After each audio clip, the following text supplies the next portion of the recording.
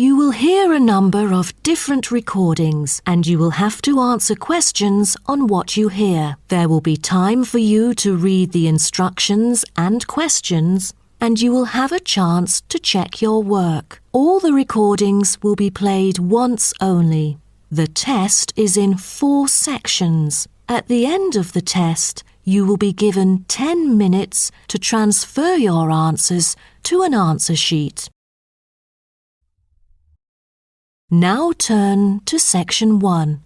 Section 1. You will hear a woman telephoning a car rental company to ask about car renting services. First, you have some time to look at questions 1 to 5.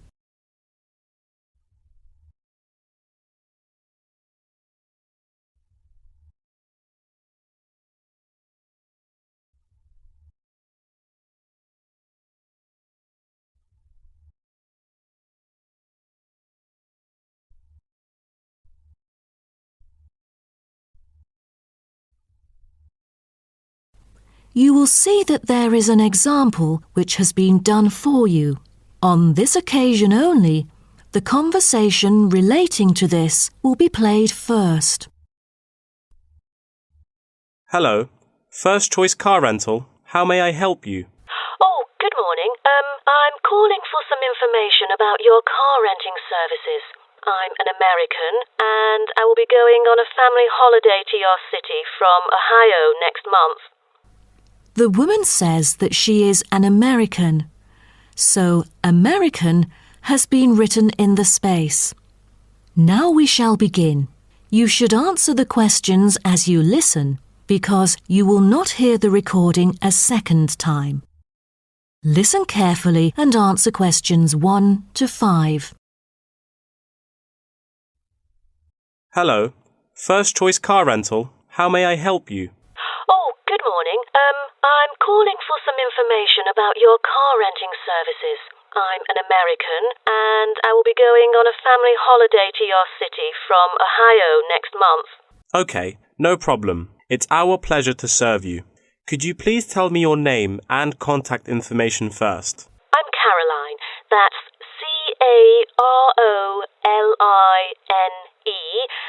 And my telephone number is 0419 6570 156. Okay, I've got that. And how can I send you our quotation? If you are satisfied with our arrangement, is email all right, or should I send it by post? The latter, please.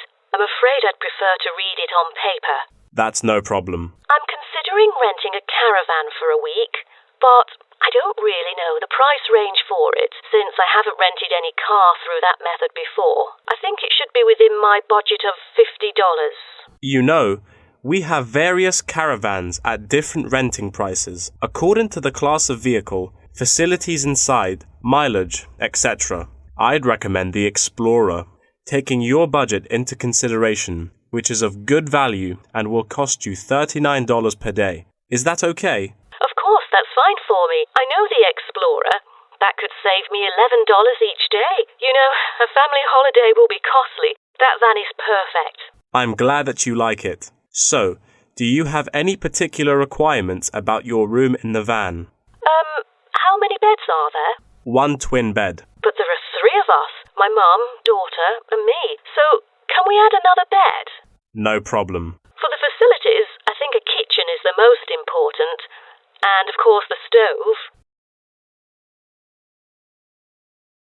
Before you hear the rest of the conversation, you have some time to look at questions 6 to 10.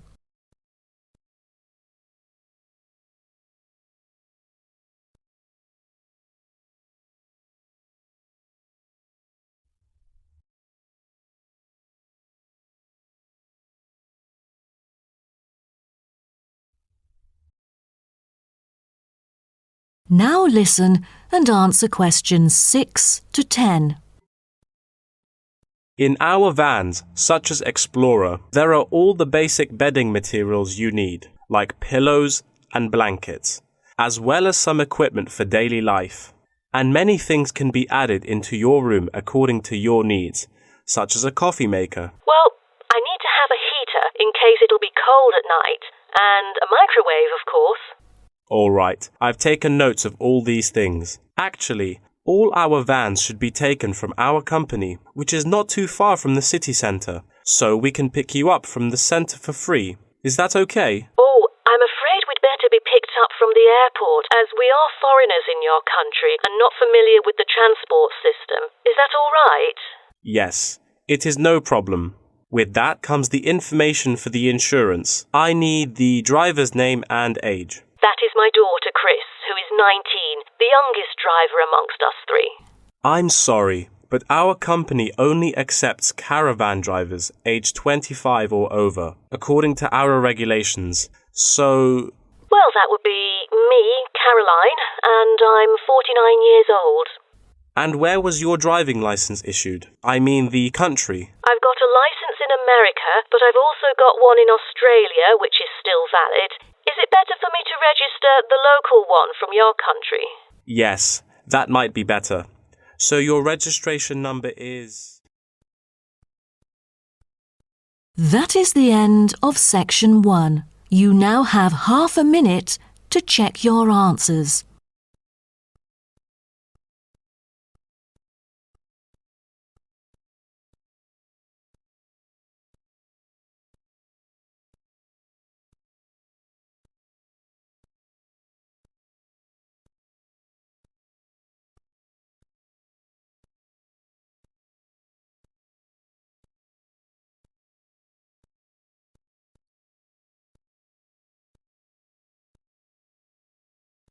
Now turn to Section 2. Section 2.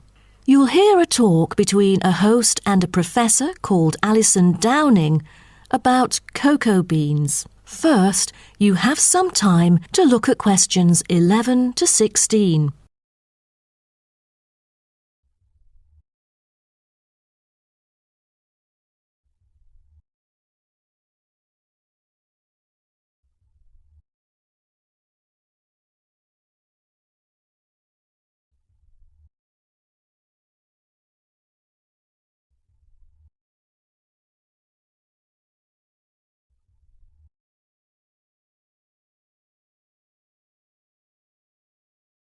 Now listen carefully and answer questions 11 to 16.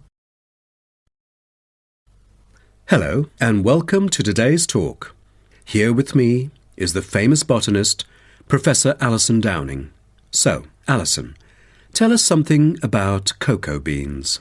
Cocoa beans, also called cacao beans, are the primary constituent in making chocolate. Grown in tropical areas in South and Central America, West Africa and Asia, the cocoa tree is often raised on small family-owned farms. When the harvested pods are opened to expose the beans, the pulp and cocoa seeds are removed and the rind is discarded. The pulp and seeds are then piled in heaps, placed in bins or laid out on grates for several days. During this time, the seeds and pulp undergo a process called sweating, where the thick pulp liquefies as it ferments.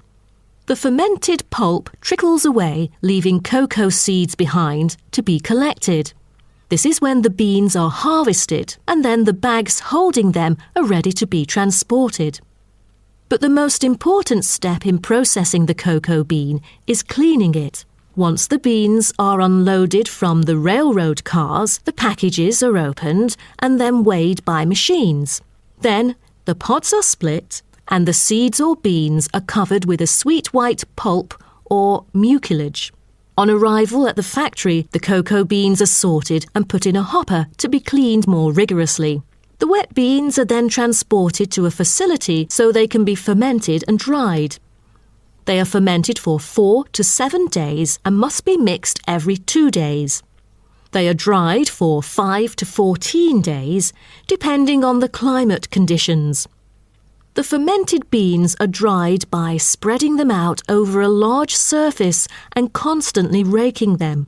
Then the beans are ready to be roasted. Now, roasting takes place at a high temperature and then the beans are boiled in a heated chamber. During the roasting process, the beans will be expanded and cracked. But prior to this, The beans are trodden and shuffled about using bare human feet. During this process, red clay mixed with water is sprinkled over the beans to obtain a finer colour, polish and protection against moulds during shipment to factories in the United States, the Netherlands, the United Kingdom and other countries. Now, back to what I was saying. After the beans are cracked, they need to be cooled. Then the roasted beans are sealed in pockets. Before you hear the rest of the talk, you have some time to look at questions 17 to 20.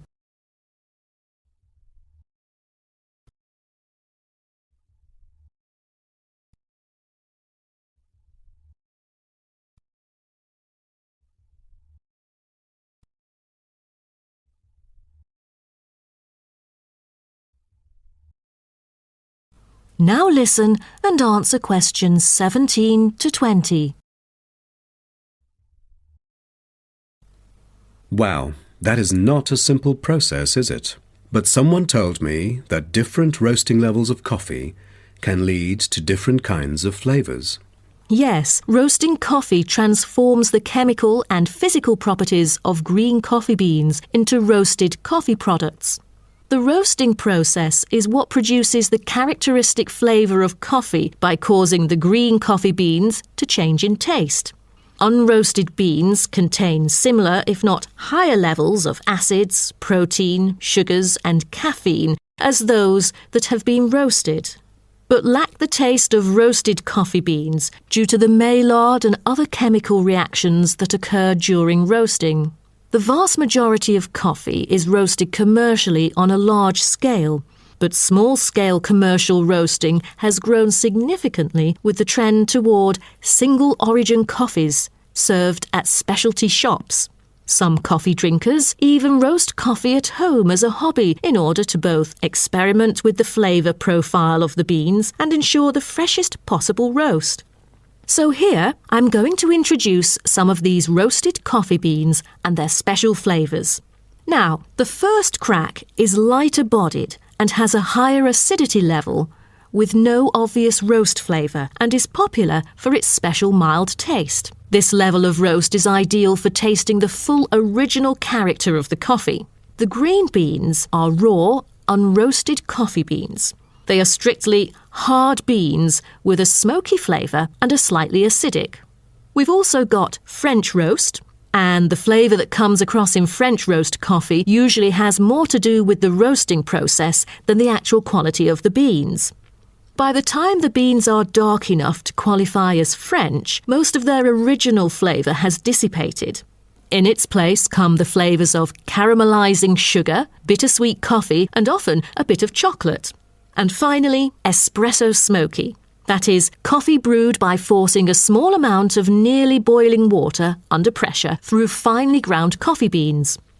Espresso is generally thicker than coffee brewed through other methods, has a higher concentration of suspended and dissolved solids, and has creamer on top.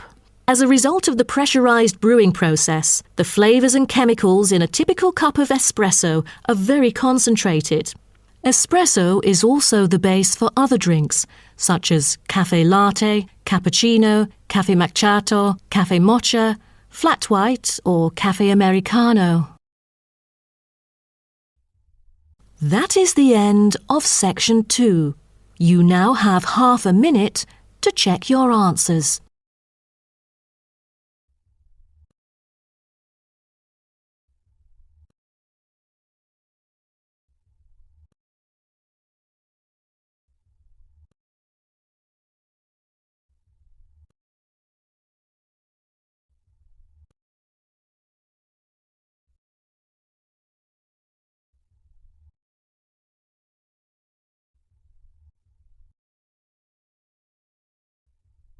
Now turn to section 3.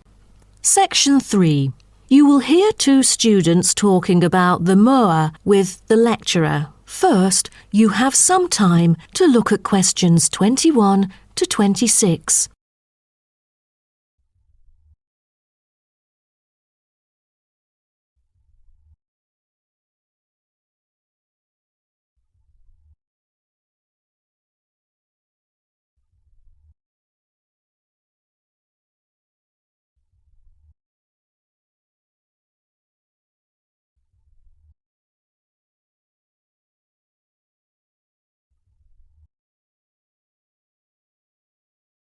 Now, listen carefully and answer questions 21 to 26. Thank you all for coming here today to hear about the moa, a kind of animal which has been extinct for a long time. Well, first of all, we look at what the moa are. The moa are 9 species of flightless birds endemic to New Zealand. They were the dominant herbivores in New Zealand's forest, shrubland and subalpine ecosystems for thousands of years. But around 500 years ago, they all went extinct. When I mention extinct animals during ancient times, you may immediately think of dinosaurs, which disappeared around 66 million years ago. Fossils of dinosaurs, which we use to study, are large in number, but not many of those of moa remain, though both animals appeal to people today. So, the moas sound more mysterious now. But sir, I've got a question about these flightless birds. How can we distinguish them from other birds? That's a good question. Birds are commonly characterized by being warm-blooded, having feathers and wings, usually capable of flight, and laying eggs, while the flightless moa, until their extinction, were the largest birds in the world. Their heads are relatively small in relation to their bodies, and they are the only wingless birds lacking even the vestigial wings and substantial tailbones in their family. That's impressive, but were they born to be like that? I mean, when they were chicks. Yes, absolutely. So let's move on to the chicks. The eggs of moa were laid in nests and incubated for about 2 months. The chicks would be well developed upon hatching, and probably would be able to leave the nests to feed on their own almost immediately. I've heard that the male moa are thought to have incubated the eggs. Is that true? I think there is a possibility for that. I've read somewhere that the sex-specific DNA recovered from the outer surfaces of eggshells suggested that these eggs were likely to have been hatched by the male, but we still need to consult more. But I have a question. There has been some occasional speculation that the moa were still alive, because someone said they had caught sight of them in New Zealand in the late 19th century or even the 20th. Do you think it's possible? I'm not amazed by that, since that kind of thing has been claimed several times. But I find it funny because no reliable evidence of moa tracks has ever been found, and experts still contend that moa survival is extremely unlikely. So what was the reason for the moa's extinction? I wonder if it was global warming or some other factors related to their living environment. Well, before the arrival of human settlers in New Zealand, the moa's only predator was the massive Haas eagle. Then the Maori arrived sometime before CE 1300, and all moa genera were soon driven to extinction by hunting. What a horrible thing. Before you hear the rest of the talk, you have some time to look at questions 27 to 30.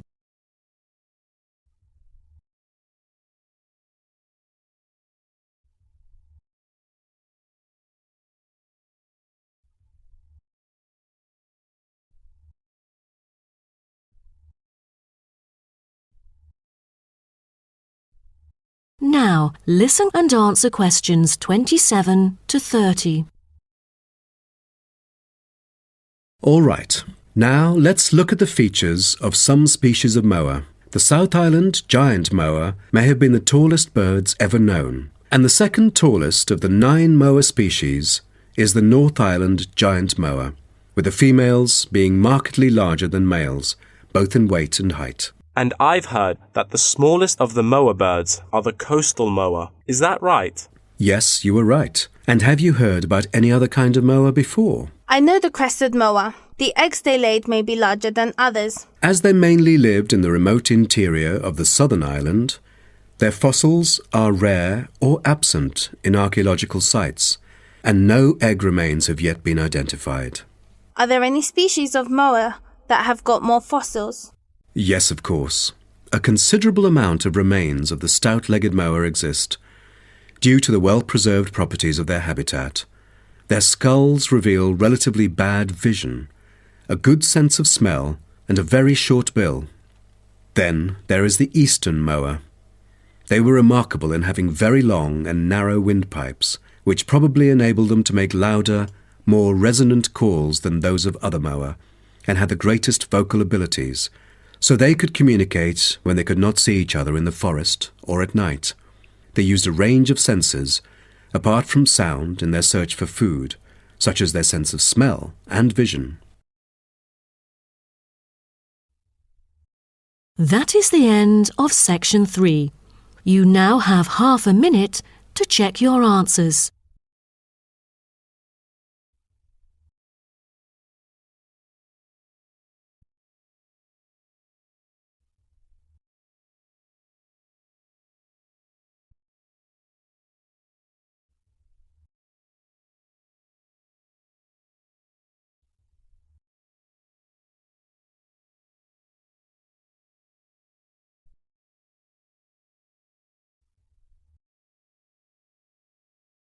Now turn to section 4. Section 4.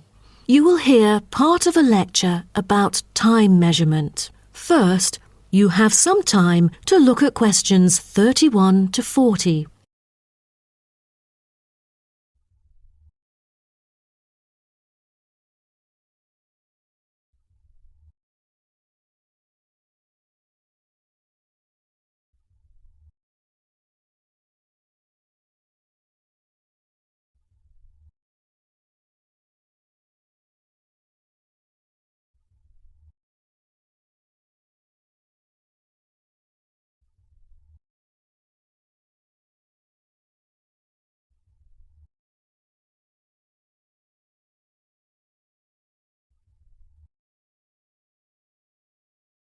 Now, listen carefully and answer questions 31 to 40.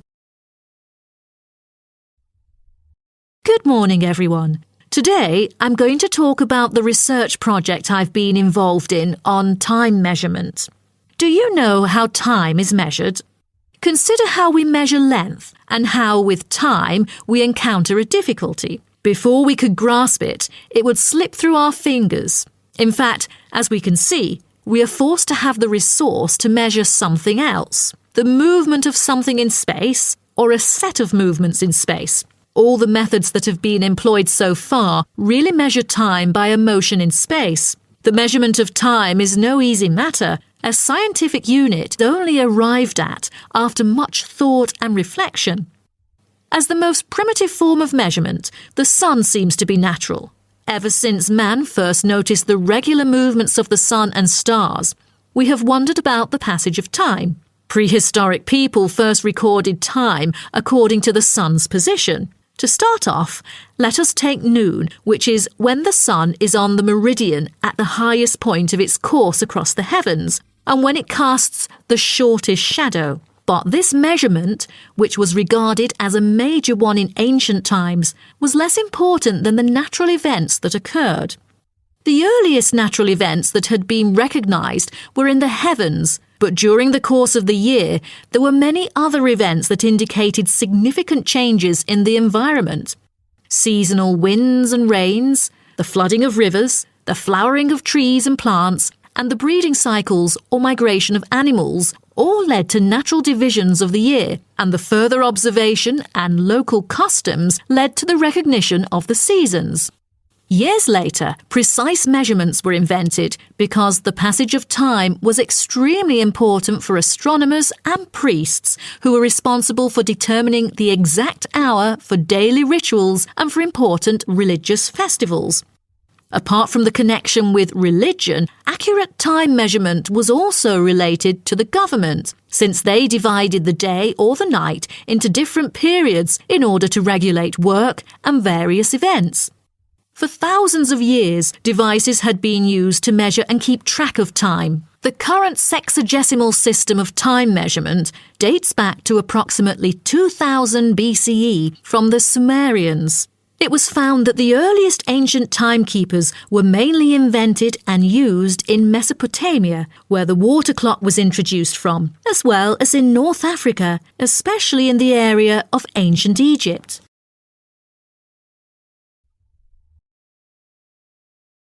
So, now I'd like to introduce you to some of the most well-known ancient timekeepers, as well as the disadvantages of them, for which they were replaced by various new forms of clocks that were used afterwards.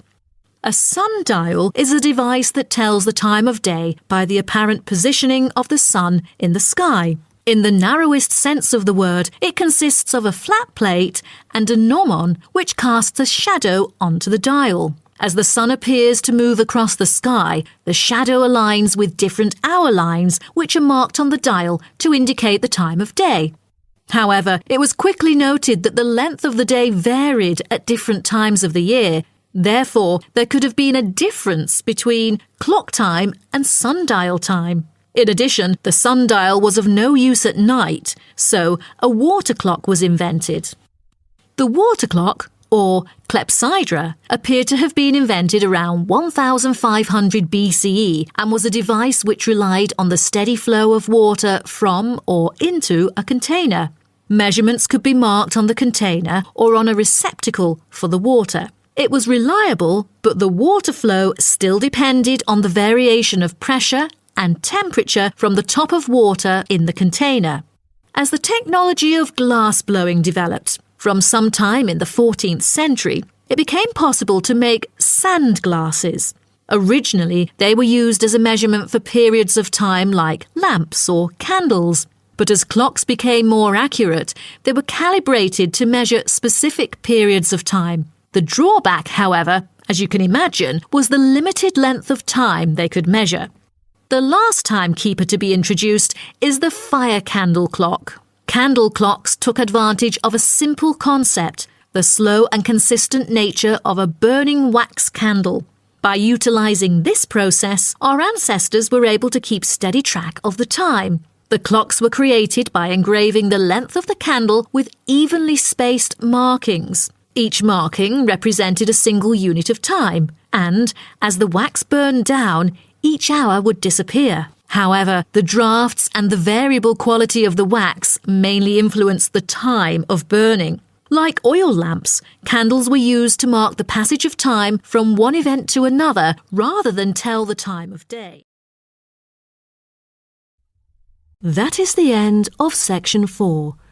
You now have half a minute to check your answers.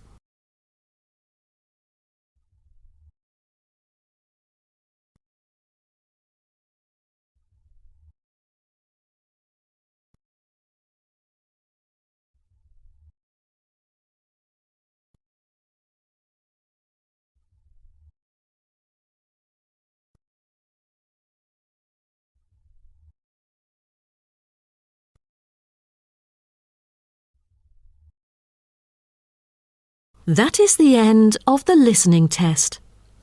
In the IELTS test, you will now have 10 minutes to transfer your answers to an answer sheet.